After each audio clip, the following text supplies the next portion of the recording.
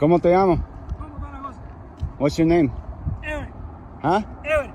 Who? ¿Ya? ¿Qué más? It's for delivery. It's for Ever. Who? No, it's my name is Juan Carlos. Delivery for who? Ya.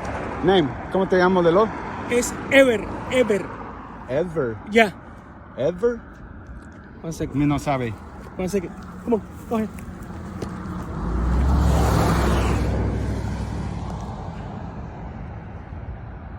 Okay. So, mucho problema. Toma. Pavo, dice aquí el señor que no le han pago. Yes, you the price. Huh?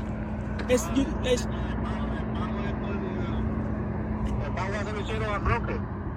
Oh, it's the pie. It's for the broker. So that's Michael Freeman right there. You Michael Freeman, Mr. Ever? Dale. I don't know. I am working. So at this point, we're just going to get into the commentary part. I flow better without keeping in sequence, but by the time you saw those, that interaction with the shipper, there's still some kind of retro back and forth because it was an hour conversation I had with the shipper before that interaction, where a lot of these decisions or possibilities were talked about but not decided at this point.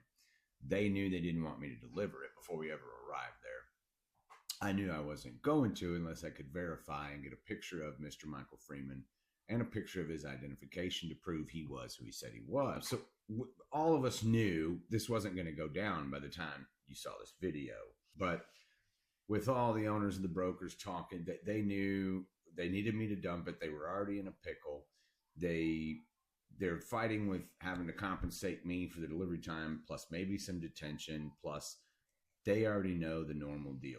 If I can't get that load off of my trailer, whether it's dump or sell or whatever, in an immediate time, then I'm stuck with that load on my trailer the next day. My dispatch can't book me another one. Then we start getting into more residual losses from what it, whatever the costs we all incurred to do what we do. I have mine, they have theirs, so on and so forth. So basically the scammers, in their little game that they're playing, you end up being collateral damage. Yeah. Oh yeah. Okay. And what was funny about it was while I'm on the phone with this guy, of course we're within, like I said, I started the phone conversation with this guy 47 minutes before I got to the job site. So as I get within 10 and 5 minutes, I'm still on the phone with this broker, and I'm looking at my phone and I'm telling Frank, I said, look, dude, this guy's calling me right now. He goes, no shit, are you serious? He goes, don't worry about it.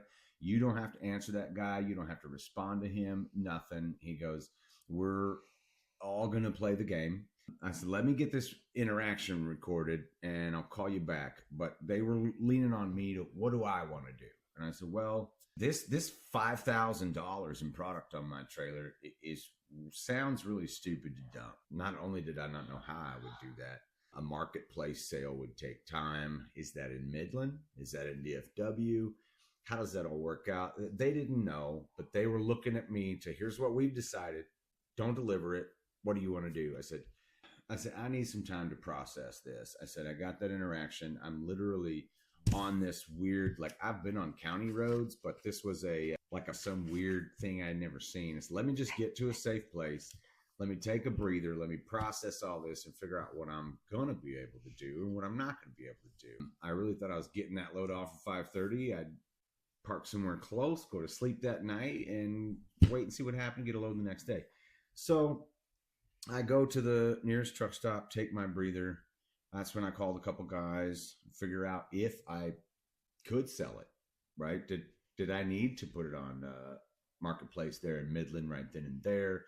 Didn't know at this point. So after talking to one particular guy, he even texted me, don't forget to send me the pictures of the load. I said, I didn't forget. I'm in Midland. I got one bar of phone service, and I go back and look, and the pictures are still loading. So, I'd offered him, and hey, I got $5,000 and 130 25-foot long purlins, 4-inch wide.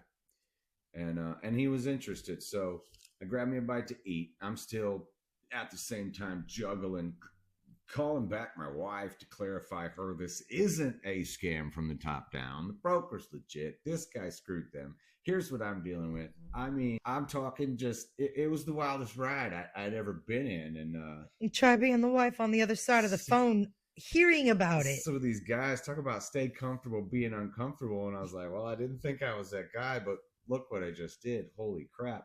At this point, I think I'm getting paid $750 to deliver it. And then whatever I sell it for is mine, you know? And a dispatch is, she's nervous. She's confused. She says, look, we don't have anything in writing that says they said that.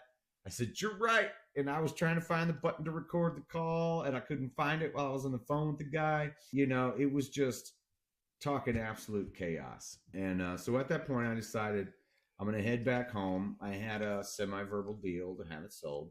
So how long was that deadhead? 5.5 hours. Damn. So that's also something you don't get paid for. 5.5 hours. You're not paid for your fuel. You're on your own. You're on your own out there. There is no team to support you. There's no nothing. You got to make these on the fly decisions. And so anyways, we get all the way back home. I rolled into the parking lot about right at 12:30, 1 o'clock in the morning. I get home knowing I had to be 5 minutes from my house at 8 o'clock in the morning to unload this and get payment. Anyway, you know what seemed all crazy and wild at the same time is going to seem like a blessing in disguise. Payday, you know, is $2,200. It turns out better than what you got paid to deliver the stuff. So at the end of it, I didn't have time to process all that. You know, it was all happening so fast. You don't have time to think about that stuff. I was definitely in a unique predicament. I'm not leased on to another company. It's my own authority. We own everything. So even when I have a question about, well, what would I do here? I don't have a specialized team to go, what do I do here? You know, you call your wife, you call your dispatch, and you figure out what's the best possible, maybe end result for what we're going to do. And so needless to say, I sent her a picture of my trailer emptied about 8:45 Friday morning saying I'm empty, ready to go.